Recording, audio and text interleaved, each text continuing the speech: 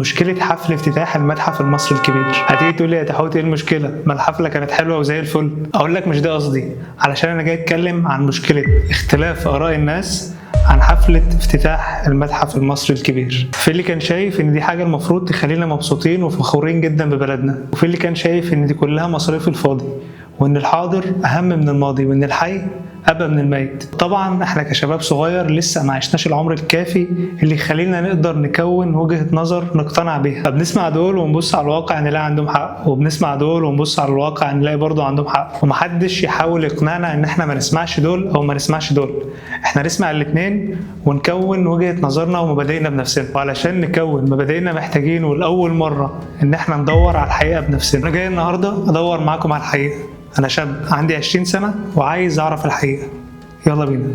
طيب في البداية محتاجين نرد على الرأي السطحي اللي شايف إن المليار دولار اللي اتصرفوا على المتحف المصري الكبير رقم ضخم جدا، وإن المبلغ ده لو كان اتصرف في حاجة تانية هيكون أفيد للبلد. لكن لو جينا نبص عليها بشكل عملي هنلاقي إن السنة دي بس أول 9 شهور من السنة إيرادات السياحة أكتر من 12 مليار دولار. يعني ما شاء الله السياحة بتجيب إيرادات كويسة جدا لمصر، لكنها كأي بيزنس محتاجة اللي يخدم عليها بالبلدي أو اللي يستثمر فيها.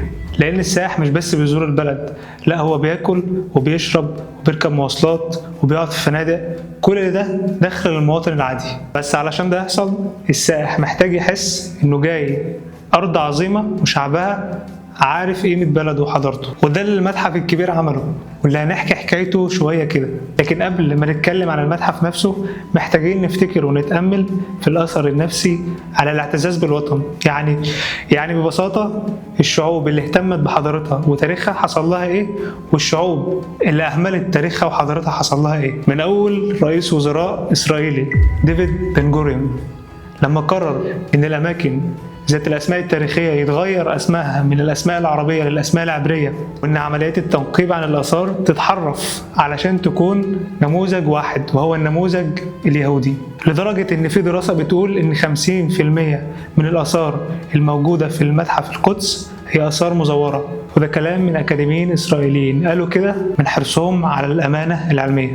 حتى مصر ما سابوهاش في حالها لحد النهارده، بيحاولوا ينسبوا لنفسهم الأهرامات وحتى الأكلات الشعبية، ودي سياستهم المعروفة. كره الشعب في حضارته وخليه ينساها، بعدها بشوية انسبها لنفسك وبكده ألف مبروك، البلد دي تكون بتاعتك. ده كله كوم، والحركة المركزية الأفريقية كوم تاني اللي اسمهم الافروسنتريك، واللي مش بعيد يكون وراهم حد بخطط ونوايا خبيثة أكبر. عايزين ايه دول كمان؟ بيدعوا ان الحضارة المصرية القديمة اصلها حضارة سوداء، وكان الدليل الوحيد في ايد الدولة المصرية هو ايه؟ بالظبط الآثار. روح اتفرج على الآثار المصرية دلوقتي وبعدين انزل في أقاليم مصر وانت هتتأكد 100% ان احنا احفاد الحضارة المصرية القديمة. لكن ده مش كفاية يكون دليل لو ما كناش من جوانا معتزين بالهوية المصرية اللي جزء منها هي الحضارة المصرية القديمة. بس لحد دلوقتي احنا لسه ما اتكلمناش احنا ليه بنينا المتحف ده بالذات وبالحجم ده بالذات.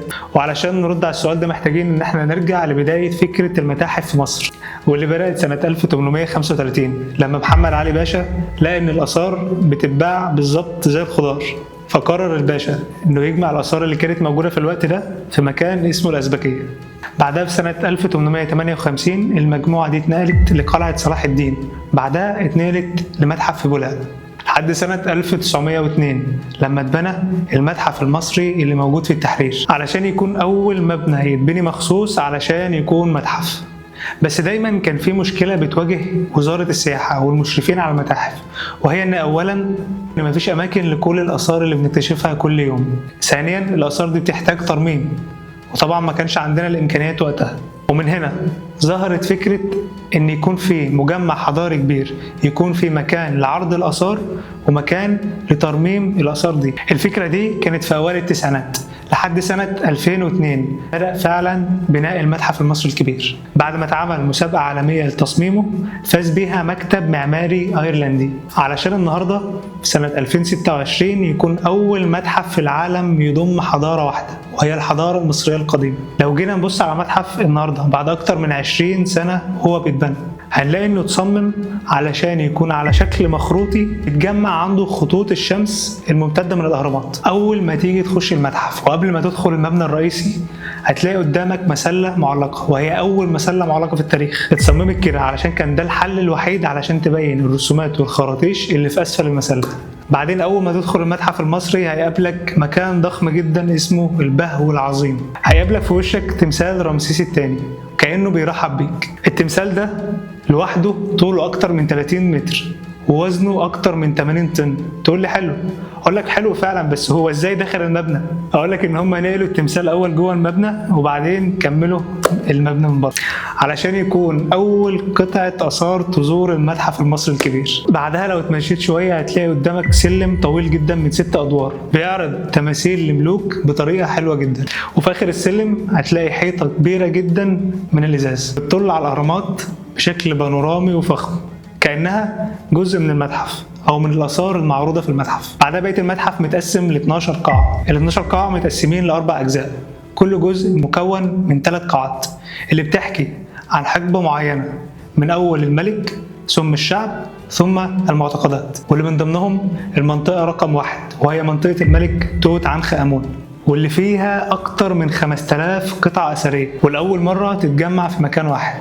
لأن لما اكتشفوا المقبرة سنة 1922 ما كانش في مكان يليق بكل الآثار دي، فكان نصيب معظمها إنه في المخازن. ده غير إن في آثار كتير جدا بتعرض لأول مرة، زي بنات توت عنخ آمون اللي اتولدوا وهم لسه أجنة، أو مراكب خوفو اللي جزء منها خلص وجزء لسه شغالين فيه والسائح يقدر يشوف العلماء وهم شغالين فيه. يعني ببساطة اللي رايح المتحف مش رايح يتفرج على آثار بس، لا هو رايح يتعلم فعلا علم المصريات، وهو ده الهدف انك تفرج العالم كله وتعلمه عن حضارتك، واننا شعب عظيم وليه حضارة عظيمة.